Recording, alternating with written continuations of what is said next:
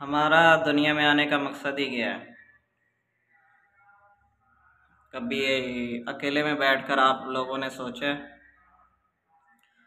कि हम कहाँ से आए हैं और कहाँ चले जाते हैं? हमारा इससे पहले भी कोई वजूद था दुनिया में आने से पहले? और कहाँ होते थे हम?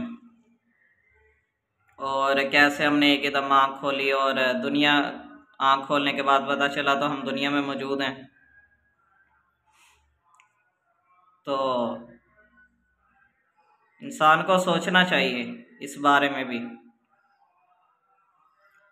हम वही लोग थे जिन्होंने अल्लाह ताला से वादा किया था कि हम दुनिया में जाएंगे तो अल्लाह ताला का निज़ाम लेकर आएंगे और अल्लाह ताला के हुक्मों के मुताबिक चलेंगे।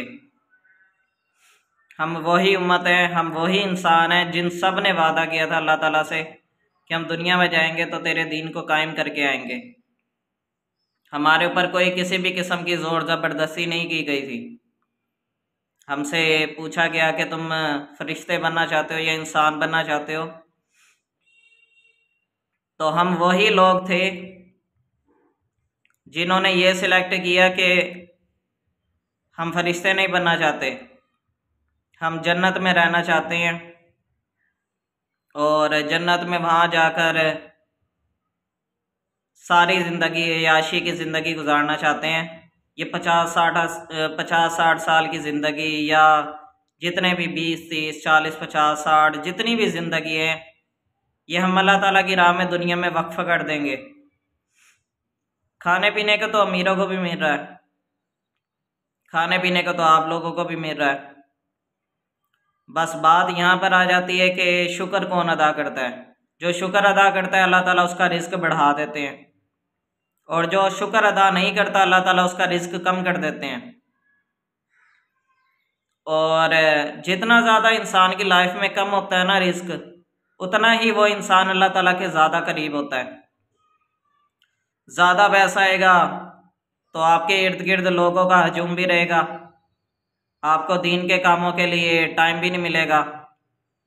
आप हर वक्त ज़्यादा पैसा आएगा तो एक बड़ा घर बनाएंगे, एक खूबसूरत गाड़ी लेंगे और घर में एलसीडी लगेगी, डेक चलेंगे, म्यूज़िक चलेगा, नाच गाना होगा, क्लब्स में जाओगे, ऊंचे दोस्त बनाओगे और अय्याशी की ज़िंदगी गुजारोगे।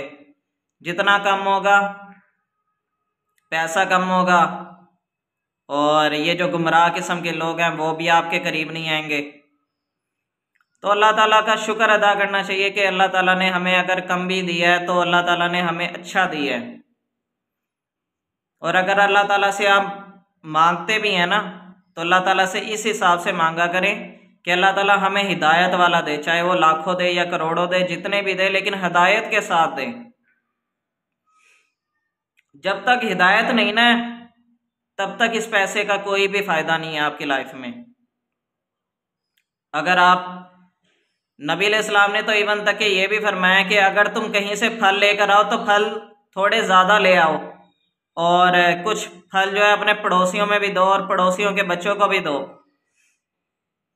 और अगर इतनी ताकत नहीं है तुम्हारे पास, इतना पैसा नहीं है, तो फिर फलों का जो छिलके है ना वो बाहर गेट पर ना डालो अपने, कि उनके बच्चों को ये तक फील हो कि इनके घर में तो ये आज लजीज फल वगैरह खाए जा रहे हैं, या इस तरीके के आम खाए जा रहे हैं, या इस तरीके के सेब खाए जा रहे हैं, और हमारे घर में ये भी मौजूद नहीं है। तो ये तो हमारे नबी अलैहिस्सलाम का तरीक़ेकार था। मेरे नबी तो वो थे जो कहते थे कि अगर मेरे पास ओहद पहाड़ जितना भी सोना होता तो 3 दिन ना होते, मैं 3 दिन से पहले जो भी मांगने वाले होते मैं सब में वो तमाम का तमाम सोना बांट देता। ओहद पहाड़ जितना सोना, इमेजिन करें वो सोना कितना कितना महंगा होगा। और नबी अलैहिस्सलाम ने कहा मैं 3 दिन से पहले पहले वो तमाम सोना लोगों में बांट देता, जो भी मांगने वाला था मैं उसको दे देता, सिवाय उसके जो मैंने किसी का कर्ज देना हो उसकी कीमत के मुताबिक मैं अपने पास रख लेता।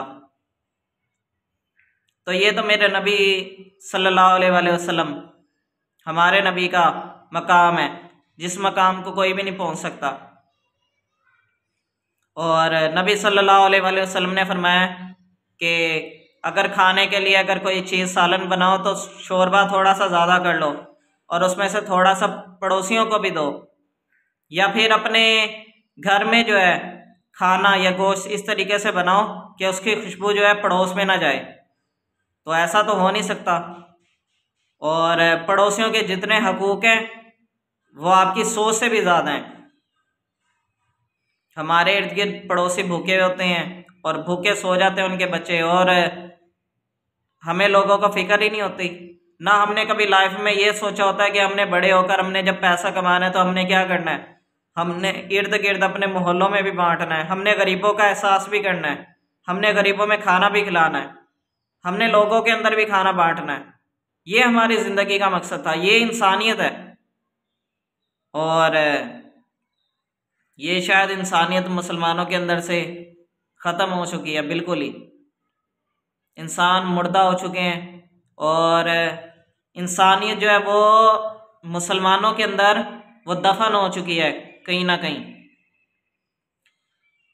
हर शख्स जो है वो पैसा इकट्ठा करने में लगा हुआ है और उसको सिर्फ ये फिक्र रहती है कि मैंने पैसा किस तरीके से इकट्ठा करना है और किस तरीके से जायदादें बनानी है। किसी को ये फिक्र नहीं है कि मैंने अपने भाई के लिए क्या करना है या मैंने इर्द गिर्द गरीबों के लिए क्या करना है। किसी को ये होश नहीं है कि मैं पैसा कमाऊंगा तो मैं गरीबों के लिए कितना खर्च करूंगा। सब लोगों के जहन में ये आता है कि मैंने ये बस पैसा आएगा तो मैं गाड़ी ले लूँगा या मैं बंगला ले लूँगा, ये करूँगा वो करूँगा। तुम छोटा घर ले लेना, या जिनके पास है वो छोटे घरों में रह लें। क्या हो जाएगा अगर छोटे घरों में रह लोगे और अपने इर्द गिर्द मोहल्ले में या अपने लोगों की मदद कर दोगे तो क्या हो जाएगा। क्या आप लोग नहीं चाहते कि जन्नत में आप लोगों की प्रॉपर्टी हो, वहाँ पर आपके अजीम से महलात हों या ऊंची ऊंची जायदादें हों आपकी, वहाँ पर आपके लिए नहरें बह रही हों, दूध शहद हर तरीके के, और वो ख़जाने जो दुनिया में हैं वो भी, और इसके अलावा वो ख़जाने जो दुनिया में नहीं है वो तमाम ख़जाने भी आपके लिए जन्नत में सजाए हुए अल्लाह ताला ने। क्या आप लोगों की ये विश नहीं है कि हम अपनी तमाम की तमाम जायदादें, अपनी तमाम की तमाम प्रॉपर्टी आसमानों पर जमा करनी शुरू कर दें? ये इंसान कहाँ आएंगे?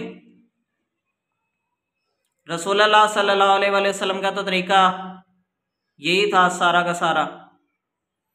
हज़रत ईसा अलैहिस्सलाम ने फरमाया था कि लोगों अपना माल और जायदाद दुनिया में जमा ना करना, दुनिया में कीड़ा भी लगता है, डाकू भी आते हैं और चोरी वगैरह भी होती है।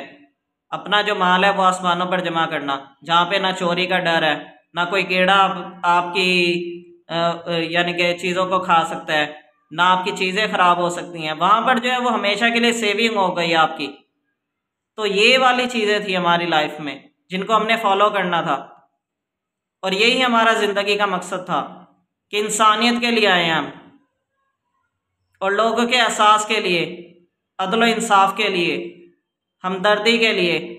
अपनी प्रॉपर्टी आसमानों पर इकट्ठी करना शुरू कर दो, दुनिया में छोड़ दो। दुनिया में आपके पास कुछ भी हाथ नहीं आएगा।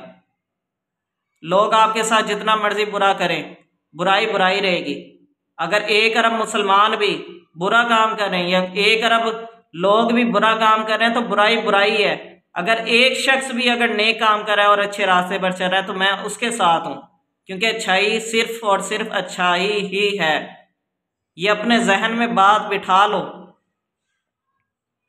चाहे सारी दुनिया बुरे कामों में लग जाए लेकिन बुराई फिर भी बुराई रहेगी, और चाहे सारी दुनिया जो है, सारी की सारी दुनिया, मैं कह रहा हूँ फिर से, सारी की सारी दुनिया भी बुरा काम करने लग जाए ना तो बुराई फिर भी बुराई रहेगी। और अगर एक शख्स भी अगर अच्छा काम कर रहा है तो अच्छाई फिर भी अच्छाई रहेगी, और अच्छाई हमेशा गालिब रहती है। और मैं हमेशा उस अच्छे शख्स के साथ हूँ और उस अच्छे शख्स के तरीके पर चलना चाहूँगा, या उस शख्स को पसंद करूँगा जो अच्छा काम करना पसंद करता है, जो इंसानियत की खिदमत करता है, जो अल्लाह के लिए खर्च करता है, जो रसूलुल्लाह सल्लल्लाहु अलैहि वसल्लम से मोहब्बत रखता है, और जो अहले बैत से मोहब्बत रखता है, जो सहाबा कराम से मोहब्बत रखता है। क्योंकि यही हमारी कामयाबी है और कोई कामयाबी नहीं है।